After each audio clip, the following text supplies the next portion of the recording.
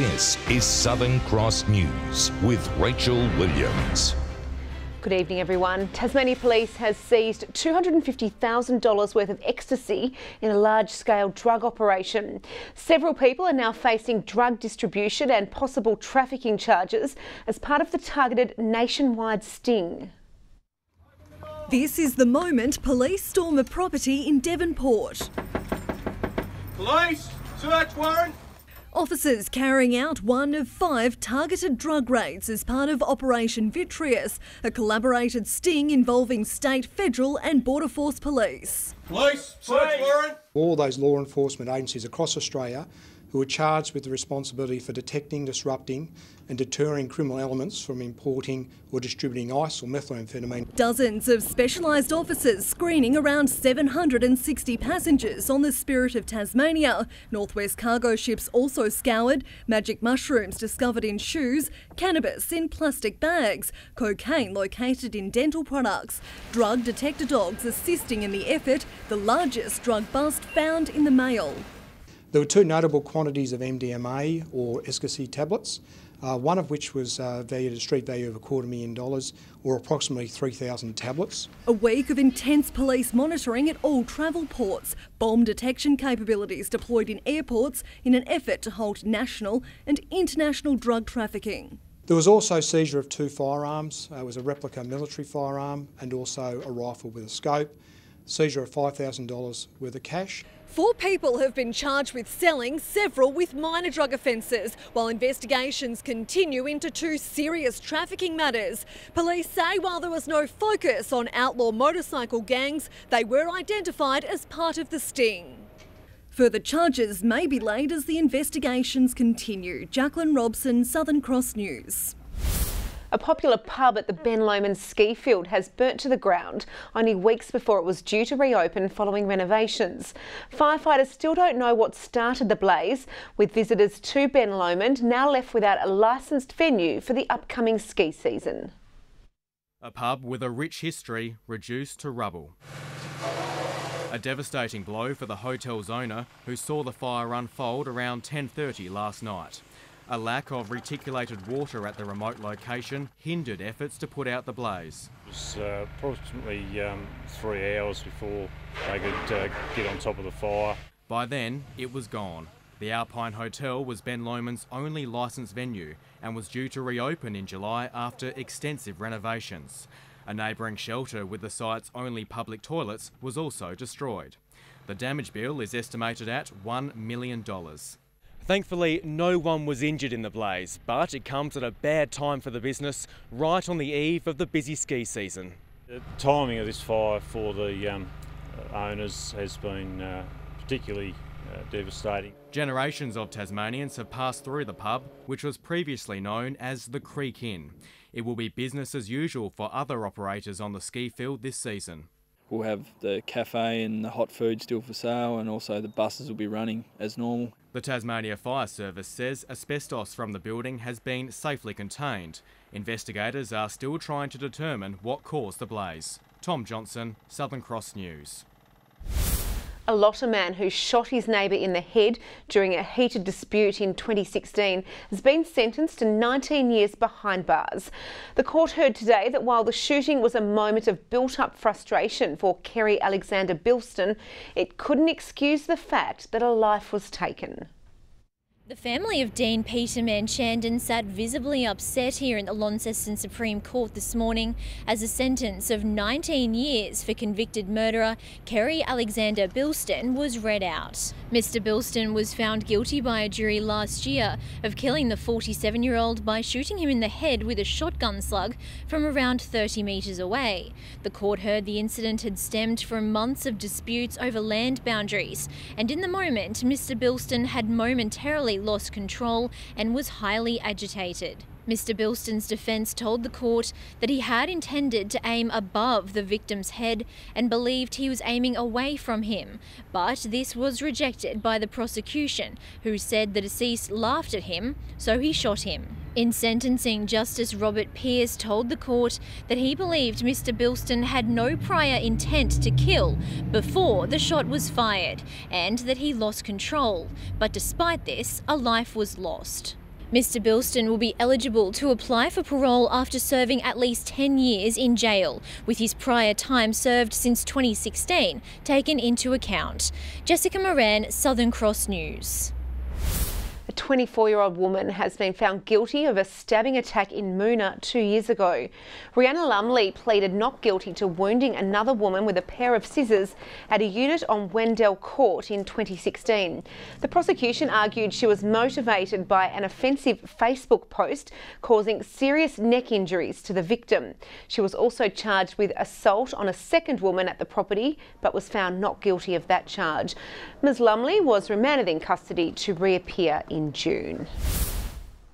Tributes are flowing for a much-loved Tasmanian distance runner, Colin Oliver, who tragically lost his life yesterday after a mountain bike accident in Maydena in March. Our reporter Tom Cooper joins us now live. Good evening, Tom. What can you tell us about the circumstances surrounding the crash? Good evening, Rach. Well, the Maydena Bike Park where the incident occurred released further details today, stating on March 1 the well-known former distance runner was on one of the beginner standard trails when he was involved in a crash which resulted in a serious head injury. He was airlifted to the Royal Hobart Hospital where he's since been in a coma. But yesterday, the 48-year-old passed away. Now, tributes have been flowing for the 5-time Cableway Marathon winner. And here's what fellow runner Michael Dalton had to say about his close friend today. He was just a gentleman. He'd do something for everybody. Always worried about what other people were doing, helping them out. Loved life, lived it to the full. Don't expect that sort of thing to happen. So, yeah, very sad time for his family indeed, and for the community that knew him so well. Now, the park, which only opened back in January, has offered its condolences to Colin Oliver's family and says it has conducted a comprehensive safety review following the incident and continues to follow industry best practice with rider safety paramount. It's also offered counselling services and support to its staff and the riders who assisted on the day of the incident. Back to you, Rach. Yeah, very sad news. Thank you for that, Tom. Tom Cooper there. Well, campaigning for the Braddon by-election has officially begun. The Prime Minister and Deputy Opposition Leader both visiting the state today, committing to pay half the cost of a Cradle Mountain cableway. But while the $60 million project now has the funding to become reality, conservationists say they'll fight to ensure it doesn't get off the ground. Out in the cold. This is a political hug and designed to provide thermal comfort in this chilly environment. Scoping the area where a cableway could soon drop tourists into Cradle Mountain. The federal government to pay half the cost, the Tasmanian Liberals to invest the other $30 million in the next state budget. It's a low impact, environmentally friendly cableway that is going to get cars off the road. It's going to reduce traffic. 4 hours later, a very similar announcement from federal Labor.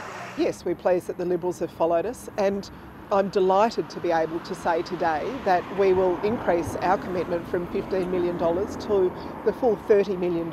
Proving the Braddon by-election is officially heating up. Both parties deny they're trying to win over voters.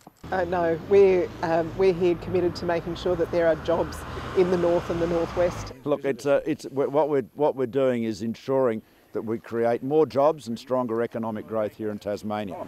Do you regret not making this funding announcement before the last federal election? You can't live your life backwards, always on the front foot.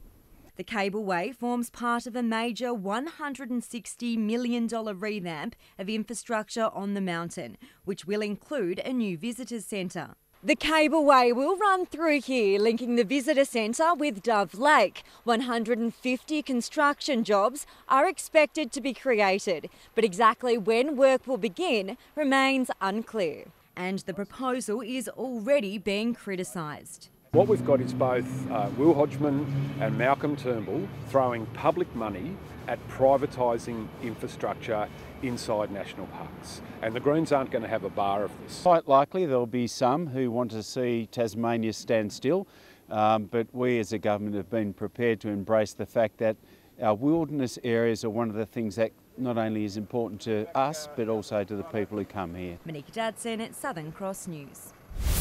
10 days after the people of Prosser voted, Tasmania's newest upper house member has been revealed.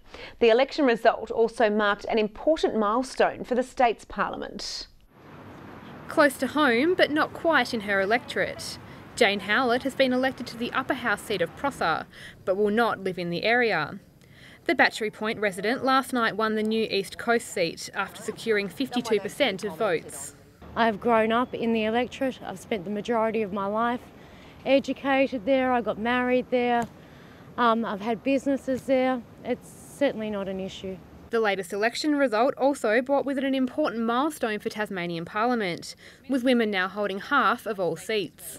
I think we're seeing a bit of a changing times in Parliament, and I'm thrilled to be part of that.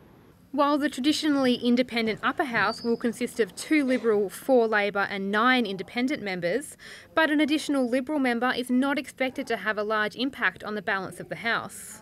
Independents still have the balance between the major parties, so it's not like parties are overrunning the other house just yet. The final result came 10 days after Prosser residents cast their vote, with Labor candidate Janet Lambert finishing in second spot. It is disappointing to see the result, but look, it was a very, very close result. I think Janet should be extremely proud of the campaign that she ran. The New Look Legislative Council will be sitting for the first time on Tuesday. Michelle Wisby, Southern Cross News. Tasmania's flood-affected residents will get free access to the Hobart Tip this Sunday in an effort to clean up debris. Proof of residence will be required for the service. The Hobart Lord Mayor says the Insurance Council of Australia is also offering their services next month. They're going to be setting up very shortly, I believe in early June, 2 recovery insurance forums. Residents will have access to the Insurance Council and they'll be able to assist them with any of their claims. More than 3,000 claims have been made so far, totalling more than $25,000. Primary school students in Hobart got a musical treat today with a special concert by the Tasmanian Symphony Orchestra. The performance in full swing for National Families Week, uniting the community through music. Picked from an audience of eager kids, this future maestro conducts his orchestra. With beautiful melodies and mesmerising sounds, families and children in Rokeby get a taste of classical music from the Mini TSO, a smaller version of Tasmania's 70-year-old orchestra. The Mini TSO is made up of 1 member of each instrument section in the orchestra. So in total there's about 17 players because there are 17 different types of instrument in the orchestra. This is an opportunity for the TSO to actually get out of the Federation Concert Hall, which is their home base, and get into halls, schools, all over Tasmania, because it's an orchestra for all Tasmanians. It's very expensive to move the whole orchestra. Often when we're playing in these smaller venues we can't fit the whole orchestra in, so we're more mobile, but the audiences, the children get to see a whole orchestra nonetheless. And all in the spirit for National Families Week, a countrywide celebration of Australian family life and relationships. The theme, Stronger Families, Stronger Communities. Just to celebrate the fact that we have family. Family is so important, and that's what we're all about at the Child and Family Centre. So just to be able to celebrate that every year through National Families Week is a great opportunity. And I think this is just, something like a National Families Week recognises that and unites families, and what a great way to do it, but through music. Ruby Kamain, Southern Cross News. A new Tasmanian ensemble is breathing new life into music of the past. Diemens Band, a bohemian-style group of 7 historical music specialists playing instruments from the 17th century, preparing for their upcoming shows with a repertoire dating back 500 years. The thing I'm most passionate about is bringing pieces back from the past, which may not have been heard even 50 years after they were composed. We have a huge advantage that the music that we look at today has been distilled really through time. So the stuff that we actually play is often very good. Diemens Band will be playing in Launceston on Thursday and Hobart on Friday. Now a look at the day's business and finance news thanks to Tasplan, your local super fund. The Australian share market has closed higher, driven by gains among energy companies due to higher oil prices. The ASX 200 index has risen by 9.2 points. A short time ago, the Australian dollar was trading at 74.75 US cents and 108.72 New Zealand cents. To basketball, and after shaky starts to the Siebel season, the Launceston Tornadoes and Hobart Chargers are back on track and adamant their best is still yet to come. But the Tawns face an in-form Sydney Uni outfit this weekend, with the Chargers preparing for a tough 24-hour turnaround.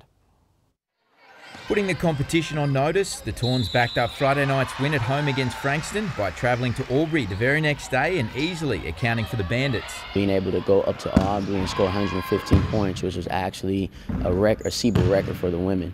It showed that we have some resiliency and can still execute a game plan within 24 hours. The Tawns will need to be at the top of their game at Elphin this Saturday night, up against a side who've won 3 of their past 4 games in Sydney Uni. But with their big guns firing, coach Derek Washington is confident they can get it done. Lauren Mansfield, she had an amazing game against Frankston. So did Allie Wilson. She was almost a one-shot assist away from a triple-double. And also Lauren Nicholson had about 21 points as well. In a similar vein of form, the Chargers coach still isn't entirely satisfied despite last weekend's 13-point win over Frankston, their second on the trot. Had moments where we looked pretty irresistible out there and, you know, putting on points and getting all the defensive rebounds and getting the stops, but then other times where we look pretty ordinary, I guess. So we've just got to find the balance. In a true test of where they're at this season, the side play the Spectres in Nunawading on Saturday, less than 24 hours after Friday night's clash with Sydney Uni at the deck. Good evening. Hope you've enjoyed the chilly morning today. Well, it did warm up a little bit. Hobart and Launceston 11 degrees, Burnie 13, while Devonport along with St Helens scrambled to our top of 14 degrees. Temperatures up to 7 degrees below average though, with Lake Leak dropping to -4 to register our lowest. 13 a popular number today. Smithton, Lowhead, Friendly Beaches and the Islands all on the baker's dozen. Grove and Ooze 12 degrees and Strawn 11. Cloud did move over the state today. The west and far south found some shower activity. Strathgordon with 3 millimetres topped that list. That large mid-level cloud band extends over the Southern Ocean from Tasmania to south of WA. Low-level cloud sits over the Bight with the high and the rest of the nation mostly clear. Tomorrow, ridges of high pressure extend across the nation from that high over the Bight. A cold front approaches our west coast.